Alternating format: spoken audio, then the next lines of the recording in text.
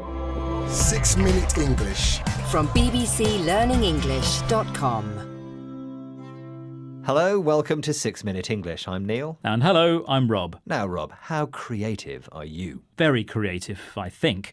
Creativity is in my bones. Look at this wonderful script that I wrote and we're presenting right now. You are what we could call a creative, a noun which means someone with a lot of imagination and ideas.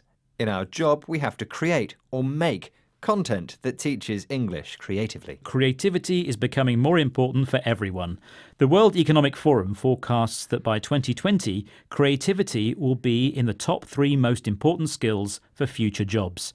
This is particularly relevant for younger people who will be entering the world of work soon. And that's what we'll be discussing today. But before we do, Neil, have you created a question for us to answer? Yes, and it's about the very creative artist Banksy. He created a well-known piece of artwork that has been in the news recently, but do you know what it's called? Is it A, Girl with Balloon, B, Girl with Red Balloon, or C, Balloon Girl? I can see the picture in my head, so I think it's C, Balloon Girl. OK, we'll find out the answer later.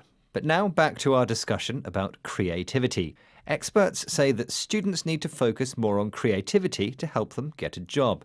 That's perhaps surprising in the UK when some of our creative industries, that's businesses that make music, art and TV, for example, are world famous. We're creative people, Rob. Of course, but there's not such a focus on being creative in education now, and that might have an effect in the future. It's something Bernadette Duffy, an early years consultant, has been discussing on BBC Radio 4's Bringing Up Britain programme. What does she say we have been focusing too much on in schools? We focus on the things that are legitimately important, but we teach them in a way that makes them easy to measure. I think we need to redress the balance that puts the focus purely on gaining the skills and far, far more on actually using them in a creative way, because that's what's going to make a difference for the future. So Bernadette feels we teach skills in a way that can be easily measured and tested. She says we teach these skills legitimately, which here means fairly and reasonably, but she feels we don't teach a creative approach to learning skills. So we mean things like problem solving. I guess even tasks like data inputting and preparing spreadsheets can be approached creatively. In any job, it's sometimes good to think outside the box or find new ways of doing things. Bernadette thinks we should move away from just learning skills and start using these skills creatively.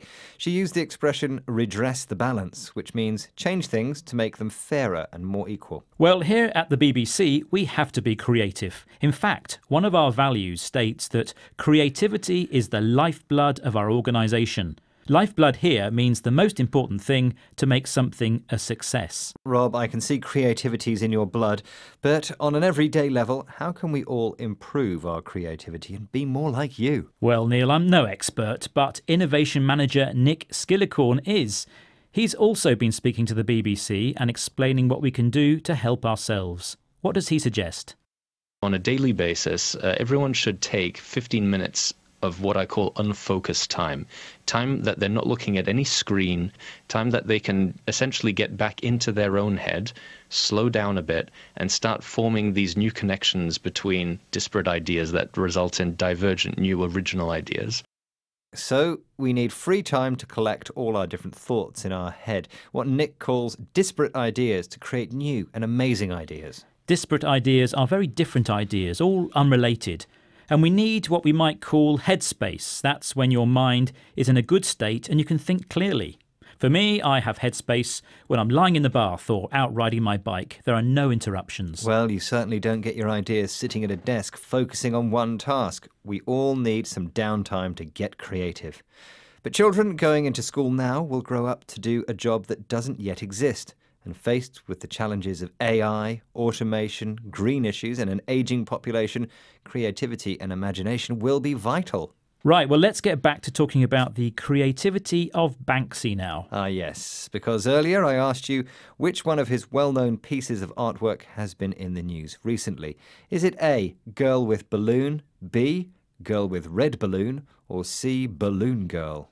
And I said C, Balloon Girl. I know it was a girl and a balloon. Not quite right, Rob. The artwork is titled Girl with Balloon.